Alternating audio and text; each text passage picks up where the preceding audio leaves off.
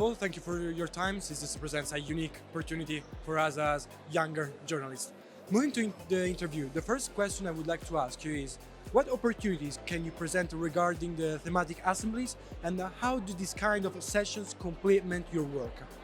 So thematic assemblies are actually one of my favorite parts of this whole flagship event because they provide a broader context beyond just the regional assemblies. You're really able to dive deeper into some of the world's biggest policy priorities within the agri-food system space. And so I think the SDG 2 Summit thematic assemblies, the One Health thematic assembly are just a few of the ones that I've been involved in personally and have found them to be very, very impactful in bringing together people from different sectors, so the public sector, private sector, civil society, together to think about these problems that might seem really overwhelming to some people, but when you really think about it and you talk and you have these really critical dialogues with people from all different walks of life, you understand that these are feasible, possible issues to address if we work together. The thematic assemblies do a really fantastic job with that, bringing in speakers from different backgrounds, all levels, change agents from all different levels of society.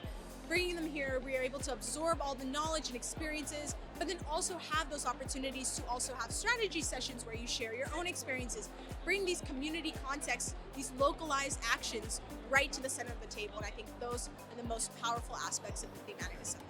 Within the YPB, we obviously work very regionally. I'm part of the Africa regional board, but what we also have within thematic assemblies is we have different people from different regions, so you get different insights as well. So that's what really excites me, and through that I'm able to really deepen my understanding of different regions as well, but also really learn a lot from others that are working within different thematic areas too. Yes. One of the opportunities that I can tell about those thematic assemblies is that we aim to create some kind of network, some kind of constituency, such as the Committee on Fishery thematic assembly that happened this year, and they created a constituency. So we are aiming this in the livestock thematic assembly, and also the youth statement that we are going to present on Thursday about the Committee on Forestry thematic assembly.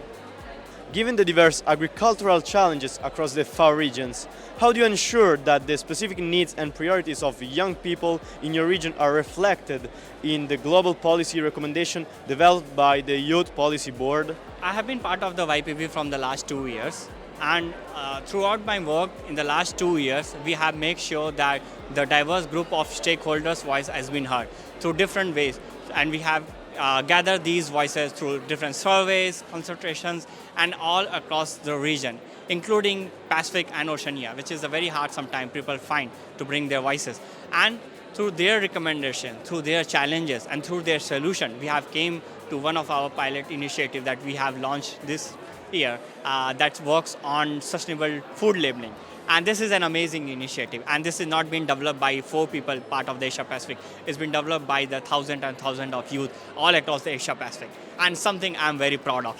As YPB members of Latin America and the Caribbean, we have worked with more than 178 persons that had been consulted in 2 regional assemblies. The first one to present our ideas and our action plan, and the second one to present our pilot initiative. We aim to scale up local solutions, so we have to identify the gaps, identify all the difficulties that the youth are facing at Latin America and the Caribbean. A lot of the misconceptions have been, we think of a policy priority, we think of the action plans, and we submit it and that's final.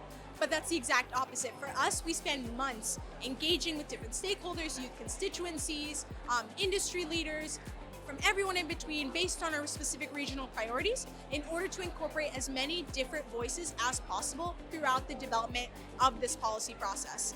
So for us, it's important when you're thinking about policy priority, for example, for North America, for my region, we're focusing on post-secondary food waste reduction, right? We don't just focus on North American food waste reduction efforts, but we also look to other regions, we look to other sectors. How are they addressing food waste reduction in their specific areas, and how can we replicate those in a way that takes into account these cultural contexts, these specific needs, especially when the post-secondary institution, how are we going to make these innovations student and youth driven? So a lot of these considerations are brought up during these consultations, during our surveys, during our in-person regional assembly that we're so excited to have, right? these are the moments that we feel like we're able to get the most out of these, rather than just our closed, brainstorm sessions, but really engaging and talking with our youth constituencies have been the best part. As a Youth Policy Board member, you collaborated with peers from different FAO regions. How do you foster collaboration and knowledge sharing across regions? And can you provide an example of a regional initiative or concern that benefited from this global exchange?